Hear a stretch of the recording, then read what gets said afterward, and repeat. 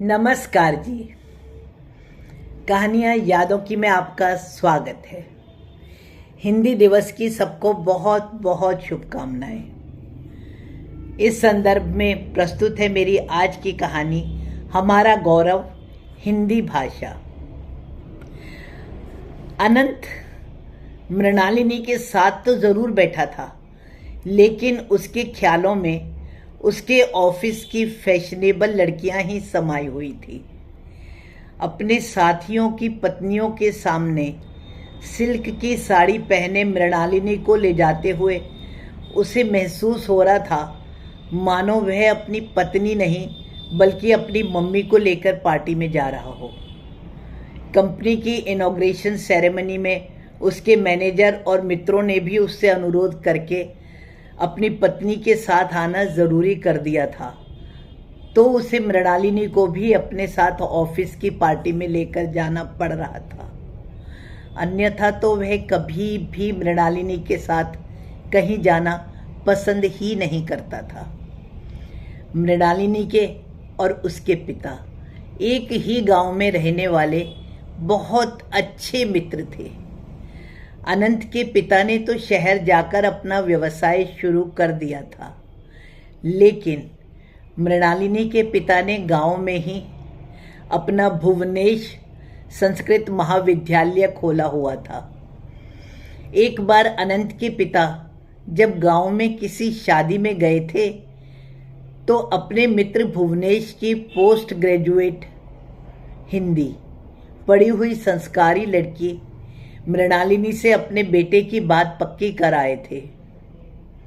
ना चाहते हुए भी अनंत को पिता की बात माननी पड़ी और मृणालिनी से 3 महीने पहले ही उसका विवाह हुआ था।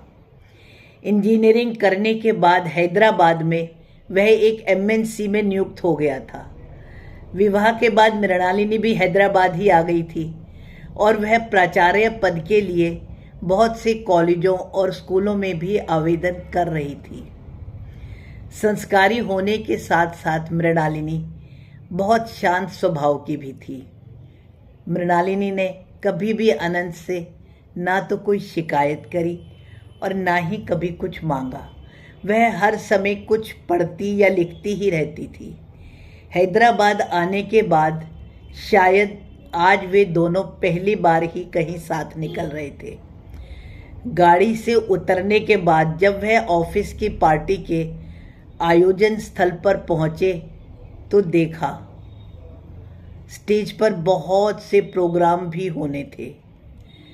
सहकर्मियों की पत्नियों को अंग्रेजी में बात करते देख और रंग बिरंगे फैशनेबल कपड़े देखकर अनंत के मन में कुछ हीन भावना सी जागृत हो रही थी। वहाँ उसके बहुत से अंग्रेज मैनेजर भी आए हुए थे। उस पार्टी में सभी को स्टेज पर कोई ना कोई कार्यक्रम में हिस्सा लेना अनिवार्य था।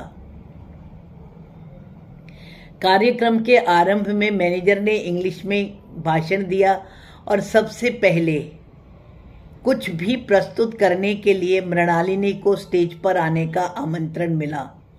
अनंत को बेहद शर्म महसूस हो रही थी। उसे अपने ऊपर ही गुस्सा आ रहा था कि वह क्यों मृणालिनी को अपने साथ लेकर आ गया। ना तो मृणालिनी को अच्छी इंग्लिश बोलनी आती है और ना ही वह उनके सहपाठियों सहकर्मियों के जैसे चुस्त दुरुस्त कपड़ों में है। गांव की गंवार इस पार्टी में भला क्या प्रस्तुत कर पाएगी।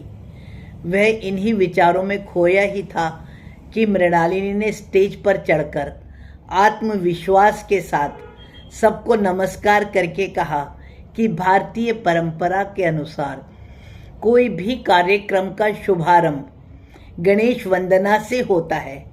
क्योंकि सबसे पहले आपने मुझे आमंत्रित किया है, इसलिए यह मेरा ही कर्तव्य बनता है कि मैं गणेश वंदना से कार्यक्रम का शुभारंभ करूं।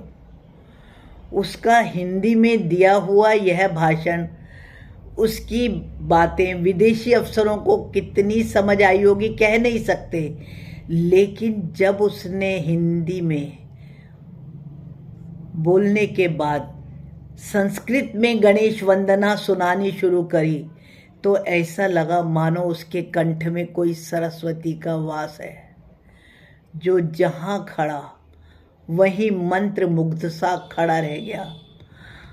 अनंत भी तो उसकी इस प्रतिभा से अनभिज्ञ ही था। जब मृणालिनी स्टेज से उतरी तो तालियों की गड़गड़ाहट से पूरा कमरा गूंज रहा था। हीन भावना पालने वाले अनंत का भी तो आज गर्व से सीना चौड़ा हो रहा था। प्रोग्राम आगे बढ़ता रहा, लेकिन मृणालिनी की आवाज कोई भी नहीं भूल पा रहा था। कार्यक्रम को समाप्त करते हुए जब उसके सीईओ ने भाषण देते हुए कहा, क्योंकि हर साल फरवरी में हमारे इनॉग्रेशन डे के साथ वैलेंटाइन डे भी सेलिब्रेट हो जाता है, आज जिस तरह से पारंपरिक मधुर आवाज में हमारा कार्यक्रम शुरू हुआ है, क्या मैं उसी आवाज से प्रार्थना कर सकता हूँ कि वह दोबारा स्टेज पर आकर इस कार्यक्रम की समाप्ति भी करे। मुस्कुराते हुए मृणालिनी दोबारा से स्टेज पर गई और उसने वैलेंटाइन डे के उपलक्ष्य में कालिदास रचित मेघदूत महाकाव्य की कुछ रचनाएं सुनाई तो सारा मंच सब भाव विभोर हो उठे। कार्यक्रम की समाप्ति तक अनंत और मृणालिनी पार्टी के बहुत बड़े सेलिब्रिटी बन चुके थे।